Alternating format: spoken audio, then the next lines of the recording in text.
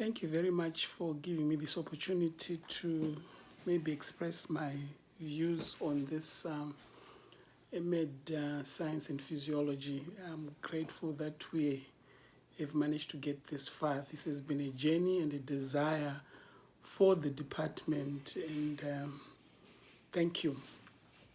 Let me start by describing the intercalated degree in physiology. Prior to 2000, maybe the late part of the 90s, the program stopped because at the time there were not enough teachers to mount the program and do it. Early 2000, Professor Chinyanga and I decided to resuscitate the program, that we were going to teach the students and at the same time get some clinicians to come and help us to mount the program. With our first graduate, Dr. Lennon Gwaunza, who at the moment went to England to do a master's in neuroscience, and he's back now at, is it Stellenbosch or Cape Town, where he's doing his master's, his neurology degree, and then a PhD. Again, prior to 2000 and maybe up to 2006, if someone had an intercalated degree in physiology, an MBCHB, they were considered a teacher. They could teach physiology and anatomy at the same thing. Anatomy even went as far as having people with MBCHB to teach. So we had those who may remember, people like Dr. Sigola, Atham Tambara. We had many other guys who were teaching physiology. They were considered lecturers with MBCHB and a BSc intercalated in physiology. The content which they had as far as physiology was concerned was more than enough to teach physiology anyway. But the University of Zimbabwe decided that they wanted a minimum of a master's degree for somebody to teach. So we then, I think about 2004, 2005, I asked then the dean, the deputy dean, that we take in about 11, 12 students. The only one who has remained so far is Mrs. Mahachi, so that we have them do a master's in physiology, but not taught, but a research degree. So it would be anyone who would have done biological sciences, anyone who would have done nursing science, anyone who would have done nutrition, or any of the health sciences. So they would then do a MPhil. Now, notice that they would just focus on a particular area of physiology for their research, but we insisted that they attend lectures in physiology for the MBCHB. So besides doing their MPhil, one of the things to solidify their physiology, because the end result is that we wanted them to be teachers. We wanted them to know the physiology which the MBCHB were doing. So they were expected to attend the classes and write the tests, although this was not part of it was an in-house thing for the department. Let me say that we got graduates, and because the whole region has issues with physiology teachers, the graduates were quickly taken, Swaziland, South Africa, and now we hear one of the nurses who had a first class in nursing science, did her physiology, actually she ended up doing a PhD at Durban, Westville. She's now in Kazakhstan. So most of these guys were taken and they're all over the place. So again, we got into trouble that we would ask clinical teachers to come and help us with physiology. We didn't stop recruiting and bring more intercalated BSc students, because our desire was that they would end up as teachers. But when the university changed the standards and raised it to master's minimum for a teacher, these guys were taken on as teaching assistants. But again, as you might notice, the university has raised the bar. They now want PhDs for people to become lecturers.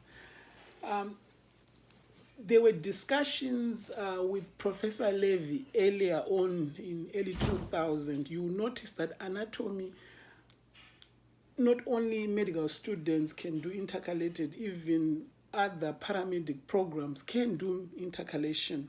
It was because there were not enough medical students wanting to do intercalated. So Professor Levy came up with the regulations to make it possible for other programs to join in. We didn't need that because we had more than enough students joining the intercalation program. So that's why we continued with MBCHB. And so we were getting the graduates we wanted, and our desire was that when they finished their training, since the university had raised the bar for them to become teachers, then they would pursue any other master's program, because as far as teaching is concerned, they had more than enough content for teaching. But we just wanted to satisfy the university requirement of a master's at the time. There was talk of setting up a master's in conjunction with other departments. That didn't take off. Initially, it was a biomedical sciences degree. It didn't take off because the idea was that a graduate of that biomedical sciences degree would then choose to do medicine, dentistry, or veterinary sciences. That just died because with vet, they would bring in things like aviation physiology, ruminant physiology, which is really an emphasis in veterinary science. It's also important to note that there is a master's, a taught course master's in physiology and veterinary science. The issue is why it's a little irrelevant for us is that there's no emphasis of neurophysiology, which is important in medicine. There's emphasis of ruminant physiology. There's emphasis of aviation physiology. So graduates of that would not be useful, but they don't have teachers to mount the program. That program has not been mounted, as long as I can think of, for more than 20 years. There's been, because there are no teachers to teach that program. So, yeah, we walked a journey. We started coming up with the regulations for this degree. This is, I can almost say, more than 8 years ago. Professor Chinyanga and then the members of the department have joined that, look, we need to do this. It's an African or sub-Saharan issue. There are no physiologists. Pure physiologists are just taken initially by South Africa and most European countries. They just, once you have that qualification in physiology, you just get snapped like that. So the desire was, let's come up with our own program. So you'll find the reason why we made it 2 years is that the entry to the program would allow those who are nurses, those with any form of life sciences program. That is not the issue, because if we wanted entry of someone with a BSc in physiology, then the program would be 9 months, which is the case in most places. I told you earlier on about Dr. Gwanza doing a master's in neuroscience. You will find where there's these masters in physiology, they are not longer than 9 months. If they are more than that, they are part-time. But in our case, this is 2 years, because we thought the first 6 months, anyone who comes to the program, we want to drill them with the physiology which medical students do in 2 years, but they do that in 6 months. But we also wanted during that period for them to do gross anatomy, which strengthens their physiology. That's the first 6 months. So the physiology they do the first 6 months is what medical students do. But the anatomy, they don't do the embryology and the histology. They just do gross anatomy, which is important in their understanding of physiology. So it does not matter whatever program, as long as it is life sciences. If an engineer, we didn't include that, but if an engineer can understand the biology of those 6 months, they can be on the program, but we didn't want to take those. Maybe it will happen in the future. So it does not matter. As long as this person has a minimum entry requirements of whatever class, I don't know whether we put 2-1 or 2-2, we want them on the program. So once they are on the program, that first 6 months brings them to par with medical students, physiology. The second 6 months brings them to par with what the current MBCHB students spend an extra year in physiology and do what we define as advanced physiology. So please note, we have had 2 external examiners come to physiology, one from a Zambian medical school, another one from, I think it was Walter Sisulu, Professor Longo Mpenza, I forget the Zambian one. Both of them have said, you guys, why are you giving these students a BSc honors degree? This material you are giving them is what many universities, even in Europe, give for masters. We argued that, look, we can't give them a master's degree because they don't have a first degree. That's why we give them a master's. And you'll find that some people have actually asked for BSc Intercalated to do for their case in South Africa. I know the Walter Sisulu asked for that and said, look, would like your program so that we can also mount it. So it's strong. So the second 6 months, which intercalation, again, please note the intercalated program, they do it in almost 1 academic year. But these ones are doing it in 6 months, same amount of content, advanced physiology. And we've added during that time research components so that the guys are trained how to do a research. And then, so if someone has done MBCHB and they've done a BSc Intercalated Physiology, remember from what I said earlier on, they are already, as far as teaching physiology is concerned, it's enough. It's just a standard we have at the University of Zimbabwe that you must have a minimum. Those 2 degrees combined, they are like a MD physiology, Doctor of Medicine physiology, taught at one of the top universities in India, SRM University. The content, just combining BSc Intercalated and MBCHB, more than enough physiology. But in our case, we don't, at the moment, allow them to teach because University of Zimbabwe does not recognize it as a postgraduate, but India recognizes as an MD, and those guys are allowed to teach. If you look at SRM University Physiology, you'll find that the teachers there all have MD Physiology, which is what our young people who are graduating at the University of Zimbabwe have. So I think this degree is very strong. I mean, so the third component is really applied physiology. Again, we wanted guys who would have, let's say they have a background of biological sciences or some other sciences which is not clinical, so that they go and appreciate what is done.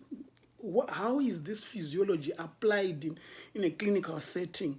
If you are doing an open heart surgery, the physiology, if it is anesthetics, the physiology, if it is pediatrics, medicine, so that they spend time in a clinical setup and see the application of physiology. Please note, although nurses do normal human physiology for 1 year, they actually do it for 4 years because physiology is what they keep coming back to. It's now, in later years, it's pathophysiology. So when they are talking about intensive care, it's a whole lot of physiology they are talking about. It's not called physiology, but it is physiology.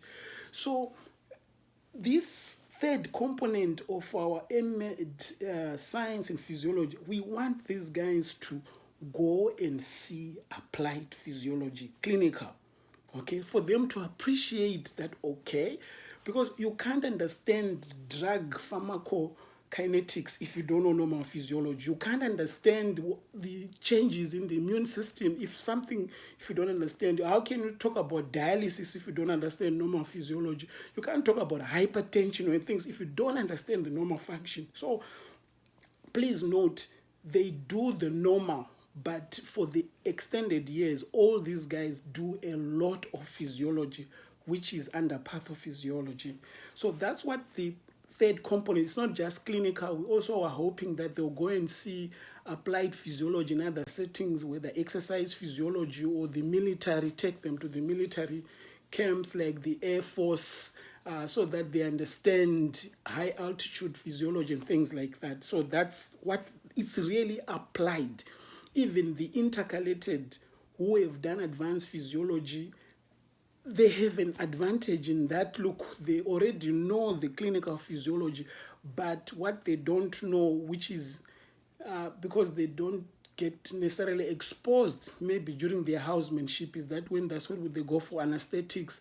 But we want them to go and see open heart surgery and see the physiology in action. We want them to be there to understand and things like that. So that's what also the intercalated will be doing, and also exposed to exercise and other things. The fourth component is really a research degree, which it is something we don't want just people doing theses and sticking them in some office somewhere. We want publishable research in high impact journals, and we are hoping that that sets a foundation for them to do a doctoral program once they do well in their masters. So I can't overemphasize that there is no masters in physiology like the one we are offering at University of Zimbabwe. It is a powerful degree which, if you guys approve of it, we will supply physiologists who are well trained to other universities within Zimbabwe. We'll supply physiologists to the region. We'll supply university to the world, physiologists to the world. So it's a powerful degree. There is not, I can tell you, I've been a physiologist for many years. There is no physiology degree like this one with this kind of curriculum content. You will not find it anywhere. There will be others who talk about masters. It's 9 months, it's 18 months, it's 2 years, sometimes because of part-time. But sometimes they are focused on exercise physiology, neurophysiology, or something like that. This one has all the components of physiology covered. And we are bringing specialist teachers, clinicians, we are bringing in researchers, the people who can input in these guys, that they have a foundation of whether they decide to go and do research, teach, and whatever, but they will have one of the strongest basis of physiology. Actually, in England, they have what they call clinical physiologists.